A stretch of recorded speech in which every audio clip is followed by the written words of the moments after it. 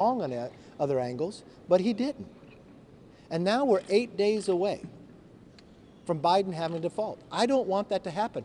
That's why the Republicans in the House in April lifted the debt ceiling with common sense, sensible things.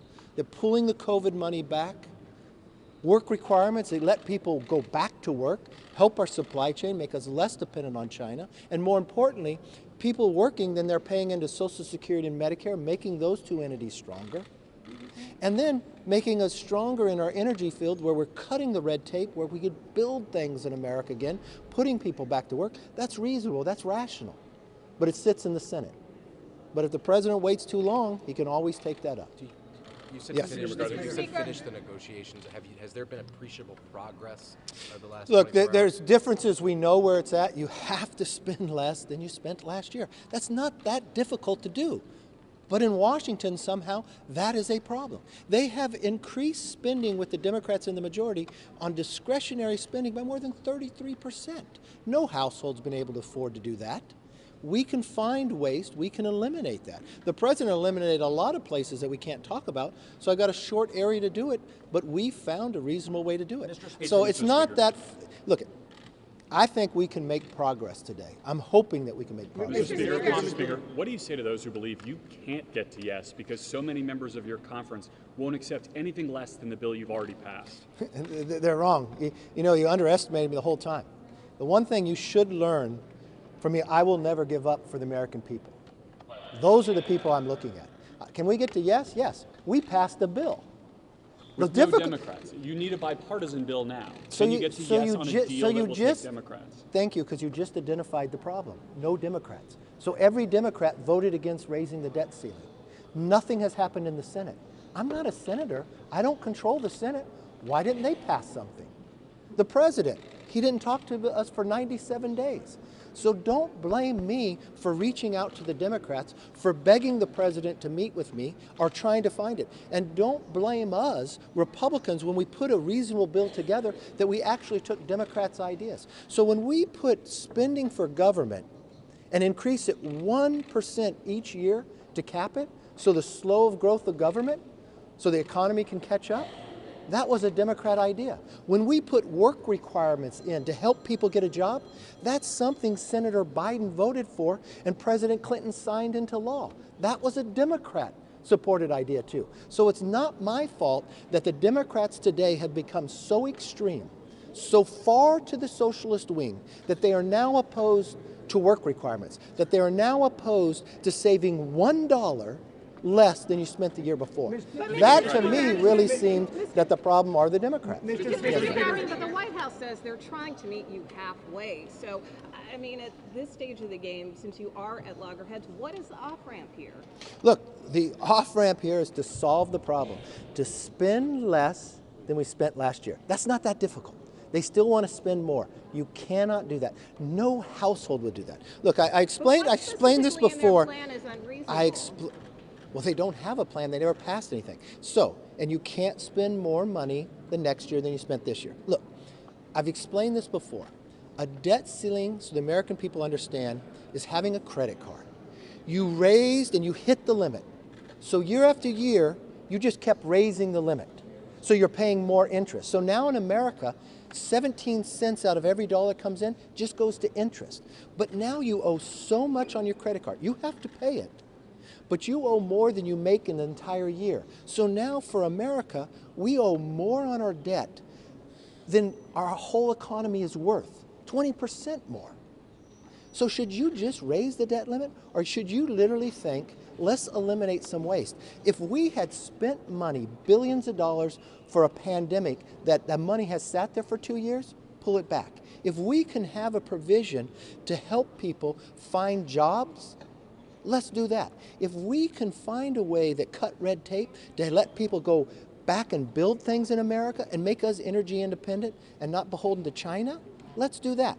That's all we're asking. We're being reasonable. Yes. The fact that you're going to need Democratic votes, probably in the House, definitely in the Senate, you have a Democrat in the White House. Why not offer a single concession beyond saying we're not going to default? We've offered a lot of concessions. The cap on the spending is a Democrat idea. They want to The freeze work, spending, you the said. work requirement was a Democrat idea. They're The opposed to time, I can't help it if the Democrats have become so extreme and now is a party of Bernie Sanders than the party where Joe Biden was elected. Joe Biden is the president of the United States. He is the head Democrat. But if AOC and Bernie Sanders is going to run their party, that's not my fault. I'm not even sure Bernie Sanders is a registered Democrat. There's no other Democratic priority. Speaker, if the president does not agree to exactly what you want, are you willing to blow past this Okay, first step? first of all, your premise of your question is all wrong. When have I ever said you have to agree to 100% of what I want? All I've ever said to the president from February 1st, let's talk. There's only a couple things I will not do, Mr. President.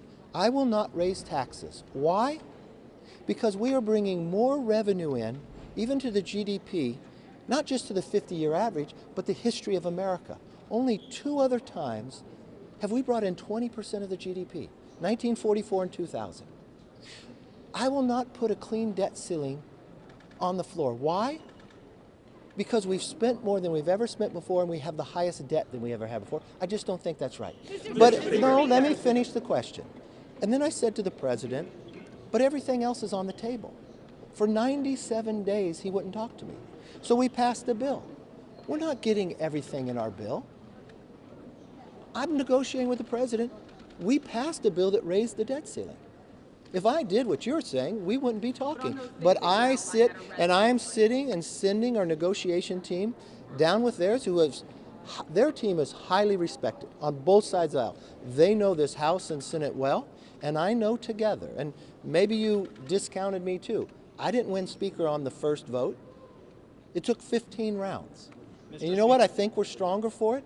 And it's probably we didn't solve this problem on the first negotiation, but it took us 97 days. I firmly believe that we'll be able to get there. Yes, sir. Your negotiators yesterday said that the concession Democrats were getting was to raise the debt ceiling.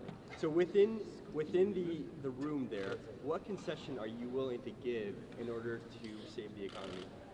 I'm willing to make America stronger, to curb inflation, less dependency on China, and spend less than we spent the year before. Because you know what? When we're elected, the power is loaned to us from the American public.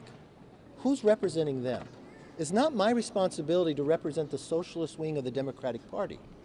If the Democrat socialist wing and Bernie Sanders cared so much, they would have passed the bill. They would have done something on the border. It is not my fault they won't take action.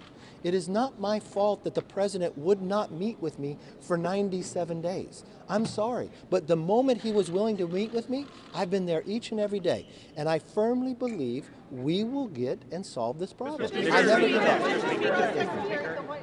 Mr. Speaker, how much time will you give your conference to read the debt ceiling bill once an agreement is reached? 72 hours. Mr. Speaker, can I get clarity on that? Yes. Yes. Thank you, Jack Swift. Could I ask you a couple questions on popcorn from my colleague Melina from our sister outlet, NTD? Okay, ask your question. Okay.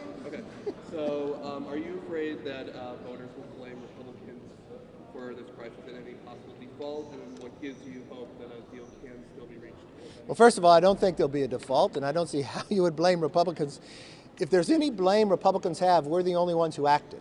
So if the American public didn't want if they get rewarded for not taking an action and ignoring a problem, the Democrats are going to win that award every day. They did that with Title 42 on the border. They've done that with inflation. They lied to us and told us it was transitory. They did that with the debt ceiling. They told us we shouldn't talk. So I'm sorry. If you want to blame Republicans for solving problems, we'll take that blame. Yes, ma'am. Yes. Thank you. Will you blame progressives then if we default? Look, I'm not. The only thing I look at, if the Democrats control the Senate and they control the White House, and they wouldn't even do a bill and they wouldn't even communicate, I don't think I have to say who's to blame. If the Republicans have passed a bill that raised the debt ceiling, did it in a responsible, sensible way, I think the American public understand that. But first of all, let me tell the American public, I am not going to give up. We're not going to default. We're going to solve this problem. I will stay with it until we can get it done. But let's be honest about this. We have to spend less than we spent last year.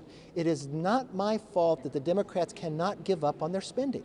And you would think, if you have the most revenue in the history of coming in, but when the Democrats were in power, they spent the most money, so we have the most expenses going out, the expenditures. It's not a revenue problem, it's a spending problem. And then you have the highest amount of debt. Don't you think that would finally wake them up to be sensible? Now look, I don't want to point things out, but we have a new here with CNN. I just heard on your news station that 60% of Americans believe the debt ceiling should only be raised after you found savings. So to your question, I think we're representing the American public, and that's what we'll continue to do. Look, I apologize. I got to open up the House. I appreciate spending time with you. We'll continue to keep you updated as we go, and I look forward to the days. Thank you all very much. What's the timeline that you're working with?